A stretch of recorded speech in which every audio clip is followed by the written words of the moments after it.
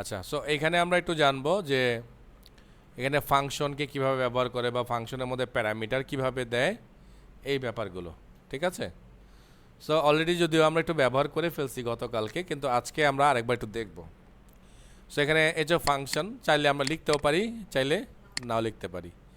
দেন ফাংশনের নেম, তারপরে এই যে আমরা কোলন দিয়ে আমরা এখানে লিখতেছি স্ট্রিং। এটা মানে কি? এটা হচ্ছে ওর রিটার্ন টাইপ, যে ওর রিটার্ন টাইপটা আসলে কি হবে, ঠিক আছে? আমরা আগে লিখতাম কি ভয়েড স্ট্রিং এরকম লিখতাম না?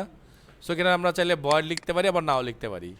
মানে কিছু না লিখলে বাই ডিফল্ট ভয়েড হয়ে যায় এটা, আর লিখলেই কেবল এটা ডাটা টাইপে চলে আসে, ঠিক আছে? দেন আমরা এটাকে রিটার্ন করলাম। সো এখানে দেখেন আবার একটা স্টাইল দেখেন, একটা ফাংশনের নাম ভিতরে কীভাবে লেখা আছে দেখেন, এফ কোলন ফার্স্ট ব্র্যাকেট শুরু শেষ ইকুয়াল সাইন আর একটা গ্রেটার দেন সাইন। সো একসাথে এই পুরা ব্যাপারটাকে বলা হয় arrow function. Arrow function, AERO, arrow function. এটা অ্যারো না একটা, এই কোনাটা গ্রেটার দেনটা, এই জন্য এটাকে বলা হচ্ছে একটা অ্যারো ফাংশন। আচ্ছা, বলতেছি এটাকে আজকে, টেনশন করার দরকার নাই। সো এইভাবে আবার চাইলে আমরা অ্যারো ফাংশনকে কল করতে পারি, তার মানে প্যারামিটার দিতে পারি বা এইভাবে আমরা অ্যারো ফাংশনকে ব্যবহার করতে পারি। সো এখানে এই ফাংশনটা সম্পর্কে একটু ব্যাখ্যা করতেছে, কারণ যেহেতু এটা আমাদের কাছে নতুন। সো ব্যাখ্যাটা আমি একটু শুনি, দেখেন বলছে the write city function define a parameter called F. তার মানে এখানকার যে এফ এটা কিন্তু একটা parameter, which is a function that is invoke to get the value to insert into the string that is that it write out. আচ্ছা, তার মানে বলতেছে এই যে চিহ্নটা, এই চিহ্নটা হচ্ছে একটা ফাংশন চিহ্ন, এবং ওর কাছে কি ধরনের ভ্যালু যাবে? স্ট্রিং টাইপের ভ্যালু যাবে। তার মানে এখানকার এই এফ ওর টাইপ হচ্ছে কি স্ট্রিং, আর এই যে অ্যারো ফাংশন আসলে ওর কোনো নাম ঠিকানা নাই। নাম ঠিকানা নাই কেন? কারণ ওকে আমরা আবার এইখানেই অনেকটা যে রিকার্সিভ মেথডের মতো ব্যবহার করব।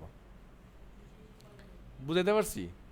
আচ্ছা, আরও দেখেন এখানে বলতেছে TypeScript require the function parameter to be described so that the type of its parameter and result are declared.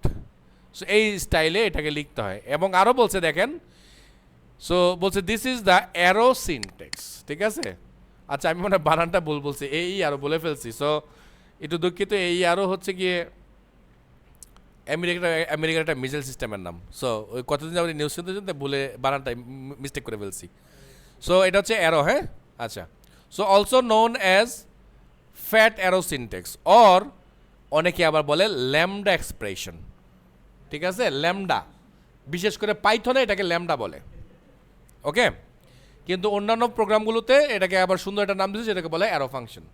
Java তো আছে এই ফাংশন, জাভা তো অনেকে ল্যামডা বলে যারা পাইথন করে আসছে, আর যারা আবার এগুলো করে যায় তারা বলে arrow function, okay? But ultimately দুই জায়গাতেই কাজ সেম। আচ্ছা, তারপর বলছে there are 3 part to an arrow function, তার মানে অ্যারো ফাংশনের 3টা পার্ট আছে। তো ফার্স্টে বলতেছে the input parameter surround by the parenthesis, বলতেছে এই যে প্যারামিটারটা এটা প্যারেন্থিসিসের মধ্যে থাকবে আর কি।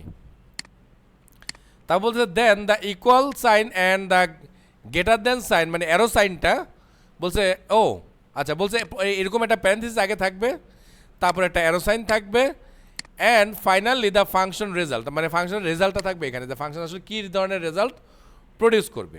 তো the parameter function does not define any parameter, মানে যদি প্যারামিটার যদি না থাকে, যেমন এটার মধ্যে কোনো কিছু নাই, সো এইখানে আমরা চাইলে প্যারামিটার দিতে পারতাম ফার্স্ট ব্র্যাকেটের ভিতরেই, বুঝতে পারছেন?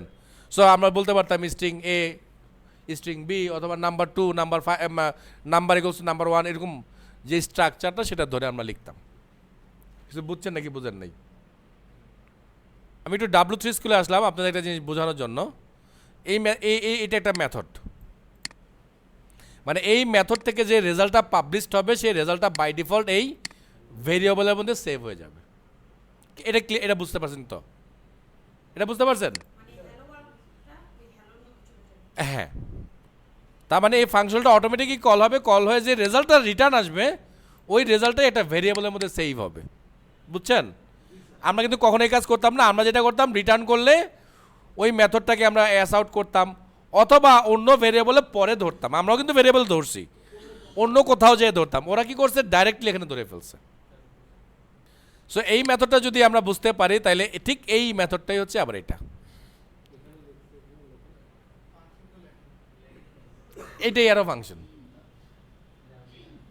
মানে এই দুইটা কিন্তু সেম, এই দুইটা জিনিস একদম সেম টু সেম, হয় এইটা নয় এইটা। আচ্ছা এইবার এইবার এবার একটু সময় দেন, এইবার আমি দেখাই। তো আসলে এইখানকার পুরো কার্যক্রম যেটাই আসবে সবগুলোই আসলে স্টোরে থাকবে এফ এর মধ্যে, মানে এফটা হচ্ছে একটা ভ্যারিয়েবল। তো আমরা দেখবো ওয়ার্কিং উইথ অ্যারেস। হ্যাঁ, তো JavaScript array work like arrays in the most of the programming language, মানে অন্যান্য প্রোগ্রামিং ল্যাঙ্গুয়েজের মতোই কাজ করবে। সো এই হচ্ছে সেই অবস্থা। তো মজার ব্যাপার হচ্ছে এখানে আর সাইজ টাইজ দিতে হয় না, আপনি যত মন চায় তত এটাকে মানে মোটামুটি বড় সড়ো করতে পারবেন আর কি। হ্যাঁ হ্যাঁ, কারণ আমরা ইউজ করলাম না, আমরা যদি ওটা কেটে দিয়েছিলাম পরে, আমরা ইউজ করবো না, ভেরিয়েশন করবো এটাকে। তার মানে কতগুলো আসবে আমরা জানি না, যা আসবে সবটাই নেবে। আর ও আসলে একটা ডাইনামিক লিস্টের মতো কাজ করে এখানে, ঠিক আছে। হচ্ছে কি এনি টাইপের, তার মানে ওর মধ্যে আপনি নাম্বার যা মন চায় তাই রাখতে পারবেন। আর যদি স্পেসিফিক টাইপ বলে দেন তাহলে কি ওই টাইপের বাইরে আর কিছু লেখা যাবে না। আবার এখানে লেখা আছে নাম্বার, স্ট্রিং, বুলিয়ান, মানে যে কোনো একটা দিতে দেওয়া যাবে। তো এই নিয়েও দিতে পারেন, আবার আপনি চাইলে এমনটাও দিতে পারেন।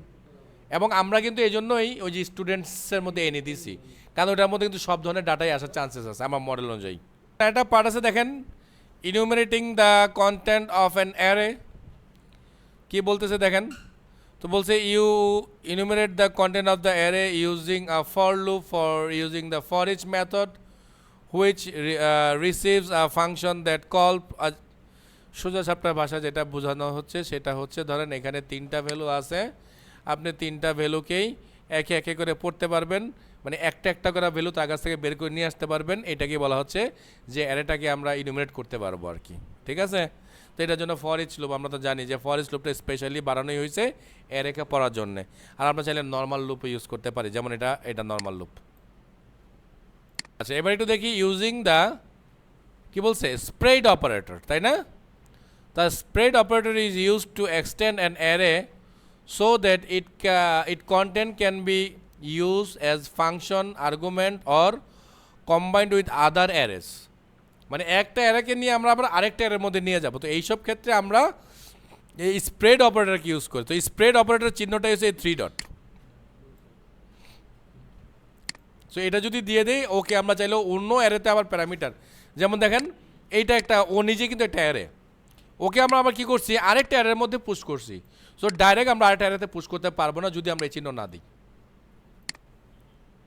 কারণ এটা মানে হচ্ছে কি এই অ্যারের সাথেই আমরা নতুন করে আবার এই ভ্যালুগুলোকে অ্যাটাচ করতে। তার মানে এখন ভ্যালু নতুন অ্যারেটা কি আসবে, এই 100 অ্যাডাম ট্রু, 200 বব ফলস। বুঝতে পারছি। এখানে হচ্ছে ডিফাইন ক্লাসেস। সো এটা আমরা ক্লাসকে যদি ডিফাইন করতে চাই তার যে সিনট্যাক্সটা সেটা হচ্ছে এমন। তো এই যে ক্লাস, তারপর আমরা ক্লাসের নাম লিখব, চাইলে আমরা এরকম করে কনস্ট্রাক্টর বানাতে পারি, আর এই যে এখানে আমরা আমাদের ভেরিয়েবলগুলোকে ডিক্লেয়ার করব দেখেন। এবং এখানে কিন্তু আবার সেই যে প্রশ্নবোধক চিহ্নটা দেয়া আছে, হ্যাঁ, তার মানে এটার মধ্যে থাকতে পারে আবার নাও থাকতে পারে, এরকম একটা মিন করতেছে আর কি। আমরা আস্তে আস্তে এগুলো সম্বন্ধে আরও ডিটেল জানবো, এত ভয় পাওয়ার দরকার নেই। এটা কিন্তু চেনিং না, এটা কি